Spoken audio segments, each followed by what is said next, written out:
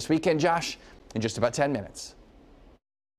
It's very, it's heartfelt. You can feel that. It's different than if you were to do it, any other time on a regular basis, and this is something, like I said, we've done since day one, since we've started this. So it's a beautiful thing.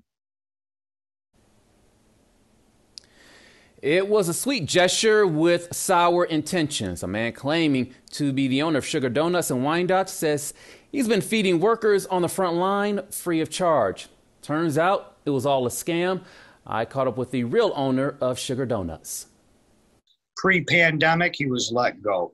Christopher Cody Maynard first appeared on Fox 2 News last week, claiming to be a partner in Sugar Donuts, located in Wyandotte, and setting up this GoFundMe page to raise money in order to feed families in need.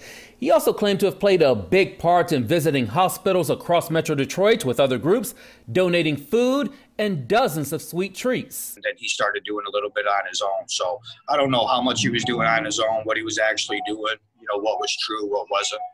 This is what Maynard said to us initially. It's kind of the point to where, it's overwhelming, the response and everybody reaching out to me and, donating and, spending money out of my own pocket and stuff like that. So, I mean, it's just something that I'm very grateful to have. The actual owner of Sugar Donuts, Stuart Fox Jr., is setting the record straight and shutting down this con. I've been finding out more and more that he's been actually doing it for about a year now, almost the entire time he's here. He's been contacting a lot of females saying the same thing. He's been telling, he just told the police that, was telling customers here that, anybody and everybody, told you guys that too. He was never an owner. He was never a partner. He worked here. We tried calling Maynard back, giving him an opportunity to give his side. I also sent him a text message, which had been read by him, but never got a response. We spoke to several concerned citizens that reported they believe that the GoFundMe account that Mr. Maynard posted is fraudulent. We are investigating that. We're gathering the facts as I speak. And eventually, we're going to submit those facts to the Wayne County Prosecutor's Office. Police arrested Maynard this past weekend, not for the allegations of being a fraud, but road raging a Wyandotte police officer patrolling the area of 15th and Antoine.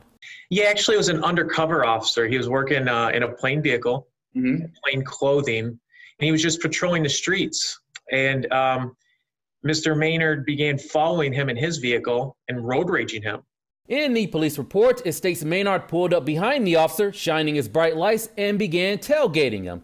That's when the officer put on his emergency lights, and Maynard tried to get away. He reached speeds over 60 miles an hour at a residential street. Maynard was eventually captured at his home. The judge set the bond at $500. Maynard must also wear a tether, and apparently he tried to stick with the same story in court. Yeah, he was telling the judge that that he still works here. He was telling the detective that he's my partner. Then the detective asked him some more questions and kind of, confronted him, told him that he talked to me, and, he backtracked out of that.